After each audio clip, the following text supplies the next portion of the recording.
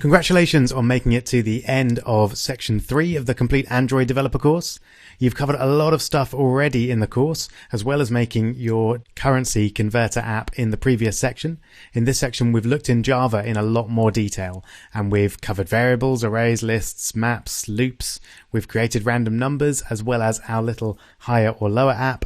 And then we've looked at classes as well, and also if statements. So we're going to try and put as much of this together in this little app. And I've called this app Number Shapes. There are two types of numbers that generally have shapes, and they are triangular numbers and square numbers. And what we're going to do is create an app which allows the user to put in a number, and it will tell them whether it's a triangular number, a square number, both, or neither. Now, this may not be the most useful app in the world, but it will allow us to practice almost everything that we've covered. And also does require you to do a little bit of searching online as well to find a couple of new techniques that we haven't looked at yet. You may even need to look up what a square number is if it's been a while since you've worked with them. So that's it. If you're not really sure where to get started, then just follow along with my explanation.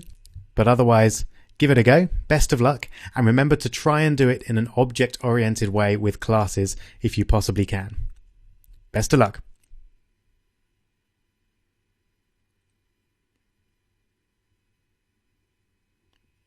Alright, I hope you managed it. You may notice that I've actually settled in the browser rather than going over to Android Studio, and that's because I'm actually going to create the logic for the app in the browser and then move it over into Android Studio. And that's slightly more straightforward for me here because I can then run the logic several times without having to compile the app every time. So let's start afresh with a new Hello World program, get rid of that one line that we don't want, and then save as Number Shapes. So remember, our main aim here is to work out whether a particular number is a triangular number, a square number, neither, or both. So let's start off with a number class. You may notice now that I gave you a bit of a clue as to how we might set this out in the final example of the previous video. So here's our number class, which is going to have our number variable contained within it, and then our tests for is it a square number, is it a triangular number. So let's start by creating our variable number, and then I'll work first on whether it's a triangular number. So let's create a public method that returns a Boolean, and we'll call it is triangular. There we go. Now let's just remind ourselves what is a triangular number. There we go. So it's the sequence 1, 3, 6, 10. So the difference goes up by 1 every time. So the way I'm going to test for a triangular number, and you can of course do this many different ways, is I'm going to have a counter variable x, so int x, which is initially 1, and just like we had when we displayed the first 10 triangular numbers a few videos ago, I'm going to have a triangular number integer as well, which will work my way up through the triangular numbers. And essentially what I'm going to do is keep generating triangular numbers until we get to the number. And either the number will be equal to a triangular number or it won't. If it is, then it is a triangular number. If it's not, then it's not. So we want to keep going as long as, so while our triangular number is less than our number that we're working with. And essentially we want to keep going up the triangular numbers as long as this is the case. So, how do we build triangular numbers? Well, what we did before was increment our counter variable, so x is now 2, and then take our triangular number and add x to it. So this will create a series of triangular numbers, and it will keep on going until either triangular number is greater than the number or triangular number is equal to our number. So once we're there, we can check to see if triangular number is equal to number. That means our number must be a triangular number because it's in the sequence of triangular numbers. So if that's the case, then we're going to return true. Whoops. If it's not, we're going to return false. And that's it. That's our method for testing whether our number is triangular or not. So, of course, we should definitely test that. So let's create our new number. I'll call it my number, which is a new number. Hopefully you're writing out this object-oriented code quite smoothly now, which is a big step forward because it's by no means easy to get to grips with. And then we'll set my number.number. Initially, let's set it to a triangular number. So say 6, for example. And then, because we're just testing, I'm going to just output the result to the logs, to the console, sorry. So my number dot is triangular, and then brackets, and with any luck then that will return true because 6 is indeed triangular. Let's take a look. Okay, looking good. Let's try it on a non-triangular number. False. Brilliant. Okay, just a couple more. 10 is triangular, so that's true. 20 isn't. False. Fabulous. Okay, so we've got our is triangular test up and running. Now we need to create an is square test. So I'm going to do that up here. So same as before, public, and we're returning a Boolean, and we'll call it is square. So already, hopefully you can see the sensibleness of keeping all this logic in one place. It just makes a lot of sense, and then when we're working down here, we don't really need to refer to the logic much at all. So, a square number, let's just have a quick Google, is a square number. So a square number is the product of a number multiplied by itself. So 1 is a square number because it's 1 times 1. 4 is a square number because it's 2 times 2. 9 is a square number because it's 3 times 3, etc. So probably the best way to test whether a number is a square number or not is to find the square root of that number and see if it's a whole number. So the square root of 4 is 2, for example, because 2 times 2 is 4. The square root of 9 is 3 because 3 times 3 is 9, etc. So how do we find the square root of a number? Well, that's one thing we haven't covered yet. So I would expect you to search for something like Java. Oh, you can see I've already done it just to check that it's there. Java, there's a square root method. Perfect. That's exactly what we want.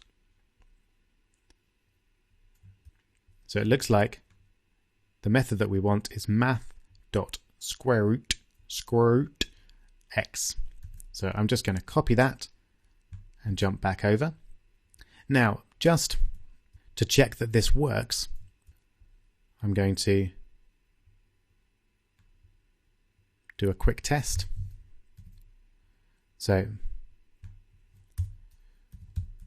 let's do the square root of my number dot number. There we go. Let's take a look. So that should give us the square root of 20. Okay, fair enough. Perfectly reasonable request. I've said this is going to return a Boolean and it doesn't. So let's just for now return true so that we can run our code. There we go. That looks like the square root of 20 to me. Brilliant. So that is exactly the function or method that we need. So let's copy it again up here. So let's create a double. I'll call it the square root, like that. And that's going to be math.squareroot. And here I just want to square root number. All right, hope you're still with me. The main thing I want to test about this is whether or not it's a whole number. Because if it is, then we're dealing with a square number. If it's not, then we're not. That's another thing we haven't worked out how to do. So let's do a quick Google. Java test.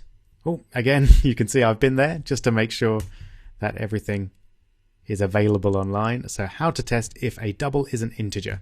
That's a perfect question for us. So yep, that's exactly what we want. Okay. So it looks like we use the math.floor method. So math.floor, if you don't want to read that, is a method that finds the integer below the number that we're looking at. So at the moment we've got, say, 4.47. So the integer below that is 4. So actually that makes a lot of sense. If the number that we're looking at is the same as the number when rounded down, then it must be an integer or a whole number. So that's what we want, I think. If we have a look at the other part, that tests whether it's infinite or not, which probably is not going to be relevant for us. So I'm just going to leave that bit out. But if you want to just copy that in, then it's not a major problem. Okay. So this is our test. So we want to test if, we don't want variable this time, we want square root is equal to math.floor of the square root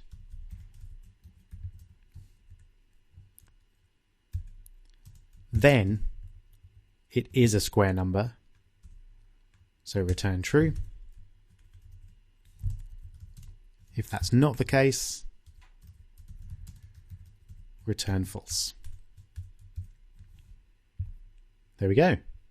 So just to recap, we've found the square root of our number, and then we've done a test to see whether that number is equal to that number when it's rounded down, which is just another way of saying, is that number a whole number, an integer? And if it is, then our original number must have been a square number. If not, then return false. Okay. So now let's use my number dot is square. And of course, we don't need anything in those parentheses anymore. So 20 is not a square number. So when we run this, it should give us false. Hurrah! Let's try a square number then. 9. 9 is a square number and it's giving us true. Fantastic. I think I'll just try a couple more. 50 is not a square number, so that's false. But 49 is a square number, and that's true. So that's pretty good. So now we've got a bunch of code that we can just copy straight into our app because it's so nicely set out. It doesn't involve any buttons or getting the value of text edit fields or anything like that. It's nice and clean as far as that's concerned, which means we can just use it straight away. And of course we could copy it into another app if we wanted to use this somewhere else as well. So that's one of the advantages of this nice clean class structure. So let's take this code and make our number shapes app.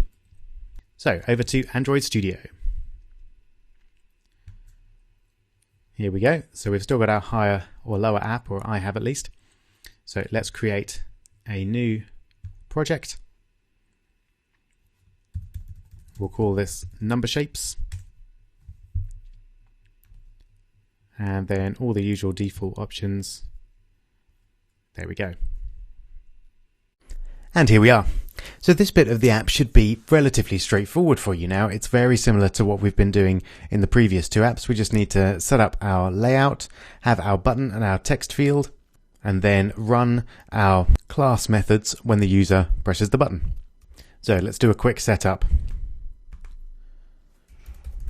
of our app. So we'll change that to the title number shapes, and then give it an ID as well. So number shapes, and increase the size to maybe 30 SP. And I'll just drag that to the middle. Lovely. So number shapes. And then we'll just have a bit of introductory text. So enter a number below to find out if it is a triangular number, square number, or both. We'll just change the ID to intro. And we want that to be a little larger.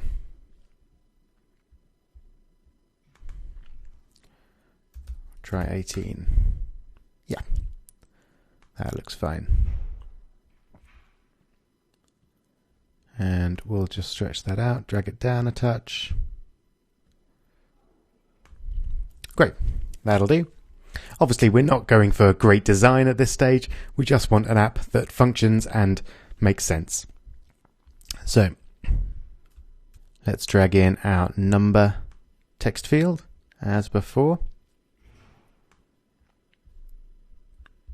We can drag it out that way, and we can also just change the width here as we've done before. Great, which is a better way to do it if you're working with different screen sizes, as you probably are. And finally, let's have our button. So we'll change the text there to test number. There we go. And so the ID by default of our edit text is just edit text. I'm going to change it to user's number. There we go. And as usual, our last thing is just to set the on click method here. There we go. And I'll call it test number. Makes sense, so everything's the same. Okay, right, so back over now to main activity.java, and let's just get the basic logic of our app in, as we're fairly used to doing now. So we're going to create a public method, which is not going to return anything, and is called test number. It's going to be called by the button, which has a type of view. So that's going to send a view variable to our method. Not that we're particularly interested in that, but we have to be prepared to take it. And this requires the view import over here. So android.view.view. Hopefully this is becoming almost second nature to you now, setting up the basic logic for an app. And then all I'm going to do here is get the value of the edit text, the text field that the user has entered their number into, and then put it in the logs. So if you remember, we called the text field user's number. So we're going to create an edit text. I'll call it user's number. And we're going to find view by ID, and we use resources.id.users number. There we go. And remember, this is a view but we want to convert it to an edit text. So we put edit text in parentheses beforehand. There we go. And now, can you remember how to log using Android? We'll stick with the Android specific log command. So there we go, log.i, and then we'll put user's number in the first field, and then we want to get the user's number for the second field. Let's just put in the import the log framework there, so android.util.log, and then to get the number we use our user's number variable, which is the edit text itself, and then get text, and then convert it to a string so we can put it in the logs. There we go. So let's just run that and make sure that we've set up everything correctly. Always a good idea to do that before we start doing anything too complicated, just so that we can make sure that the errors are in our complicated code, not in our simple code. Here we go. So again, we'll launch our emulator as usual. And here we go. So let's open up our app. There it is, looking good. So let's just pop 5 in there, test number, and there it is. Fantastic. So everything's fitting together nicely. So back over to our Java file. I hopefully will still have my class code in the clipboard. So I've just pasted it right in there. So there's my number class. Now this time I don't want to have those bits there, but I am going to want them here. Here we go, at least to remind myself how I actually use the class. So I'm going to create a new number, and all I'm going to change here is, instead of setting the number to 49 every time, I'm going to change the number to the value of the edit text field that the user has entered. So we're going to do the same as we did above. So users number dot get text, and we're even going to convert it to a string, but from there we want to convert it to an integer. So you can see actually we've got the error there. If I hover over that, you can see that it's required an integer, which is excellent. That's what we'd expect. So let's give it one. So we saw this a couple of videos ago. We use integer.parseInt. There we go. And then we take our string and we put that into that method. So we're getting the text field, then we're getting the text from that, we're converting that to a string, and then we're converting that to an integer. Excellent. And then that should just print straight away to the logs whether or not it's a square number. So let's test that as it is. And if that works, then we can be pretty sure that our class code has been correctly implemented in our app. And all we need to do is get the user interface working so that it displays something as a toast to the user. Let's take a look. So let's do a square number first of all, 49. True. It's looking good. We try 40, that's not a square number, false. Fantastic. So you can see that was a really smooth integration there, that we just took our class code and copied it straight in and started using it straight away in our app. So all that remains is to check whether the number is square, is triangular, is both, or is neither. That's a little bit of a challenge to work out how to do it with the minimum number of if statements, but as always there's a fair few ways to do it. I'm going to do it like this. So I'm going to start off to see whether it's a square or not. And remember, because our isSquare method returns a Boolean, I can just put it straight into an if statement, which is really nice. So if the number is a square, I'm then going to have another if statement directly in there. These are known as nested if statements. So I'm now going to check for it being a triangle. And you can see that it's predicting our methods, which is really nice.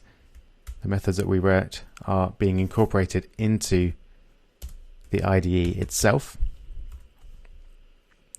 So if we get to here, that means that the number that we've got is square and triangular. So let's have a message like we did before that reflects this, and then we can have a single toast command at the end of the if statements. So let's have a string message which is initially blank, and then the message here is that the number, which you'll remember is my number dot number, and we're going to say is both triangular and square. And I think a little exclamation mark would be fitting there.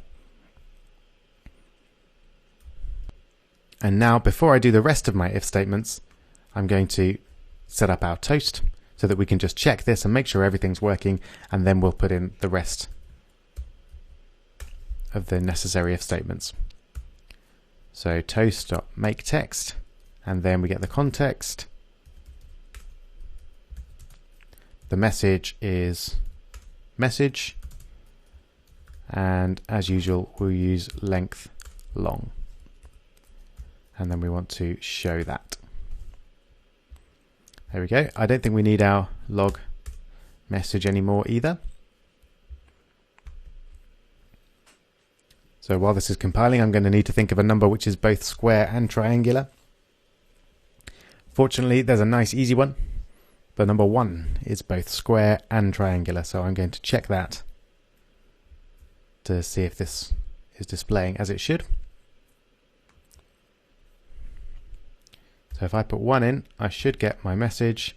1 is both triangular and square. Fantastic. Out of interest, what do you think will happen if I put 2 in? At the moment we get a blank toast because we haven't put in the options for other numbers yet. So, all looking good so far. So let's put an else statement here. So have a quick think, what situation are we at here? We know that it's square because this one told us it was square, but we also know that it's not triangular. So that's what our situation is. So message is my number dot number plus, so concatenated with, is square but not triangular. Full stop. I think that's not quite as exciting as being both triangular and square, so I'm just going to have a full stop there. You can choose what you'd like. So that's the first two options. We've got both triangular and square, and we've got square covered. Now I'm going to put an else statement here. So if we're in this chunk of code, that means that the number is not square because this if statement is not true. So the number is definitely not square. So let's just have, in fact, we can just copy that code because our code here is going to be very similar. So if the number is triangular, now here we know that it is triangular but not square. And again, a full stop there. So here it's definitely triangular, but it's not square. And here means it's not triangular and it's not square. So it is neither square nor triangular. And that's it. If I run that, it should give me a correct answer for every number.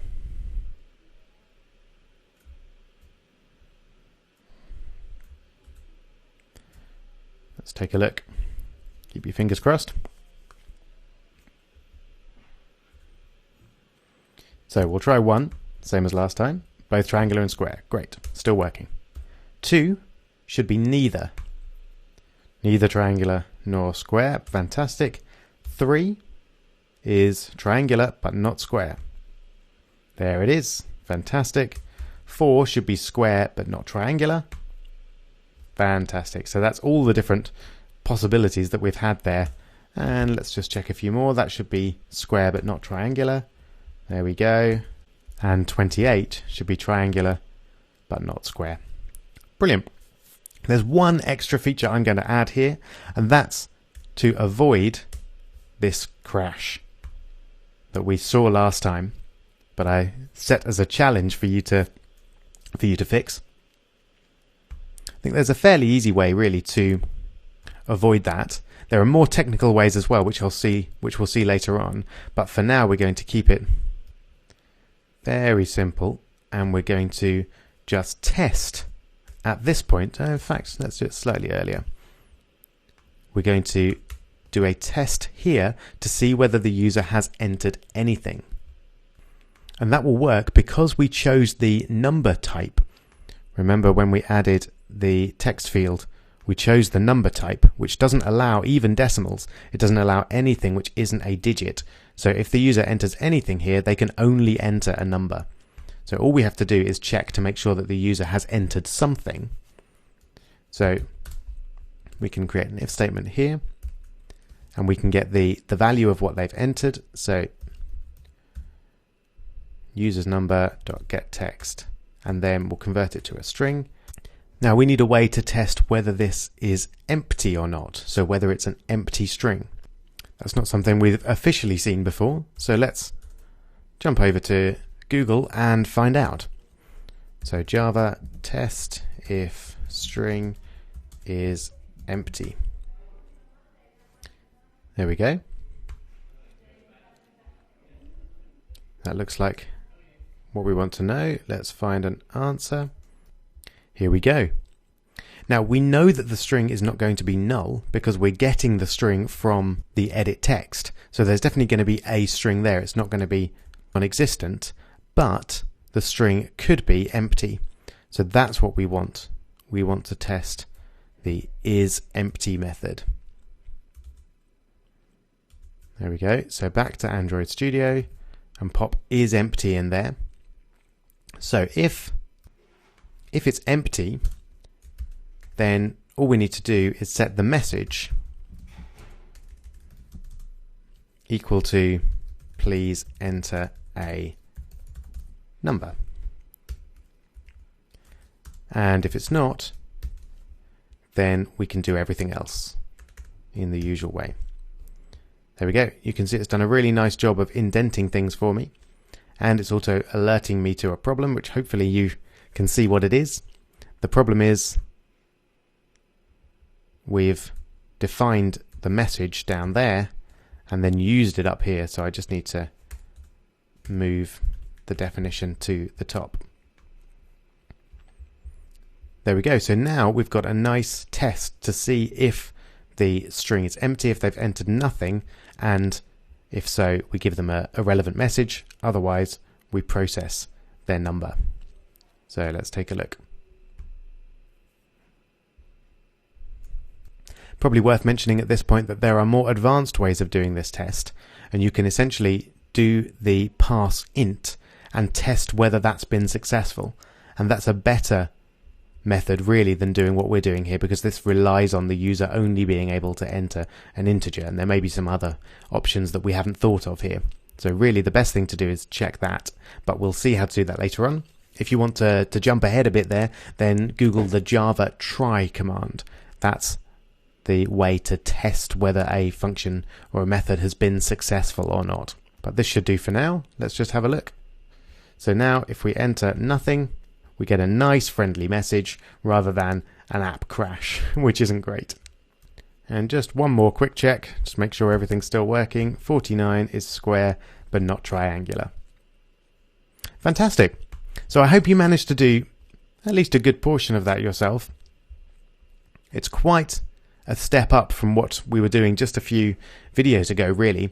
We're creating our own class with a variable within it and then two methods, which we then use quite neatly down here to tell whether our number is triangular, square, neither, or both.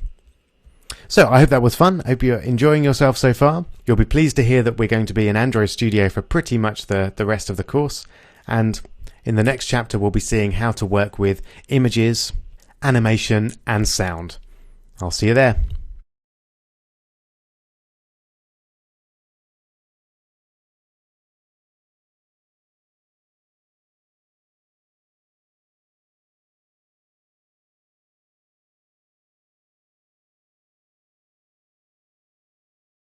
Congratulations on making it to the end of Section 3 of the Complete Android Developer course. You've now covered Java in a lot more detail, so you should have a fairly good idea how loops, if statements, classes, objects, and a fair bit more actually work, as well as having integrated them into a couple of real apps as well. And you might even have had a little bit of fun along the way. I hope your app ideas are developing, and you should maybe be putting together a few screenshots of how your chosen app is going to look, and then you can start developing it as we learn more skills in the next section. So we'll be going back into Android Studio in the next section, and we'll be looking at specific Android features and how to add those to your apps. It's going to be a lot of fun, so take a quick break, enjoy yourself, and then get right back on with it. I'll see you in the next section.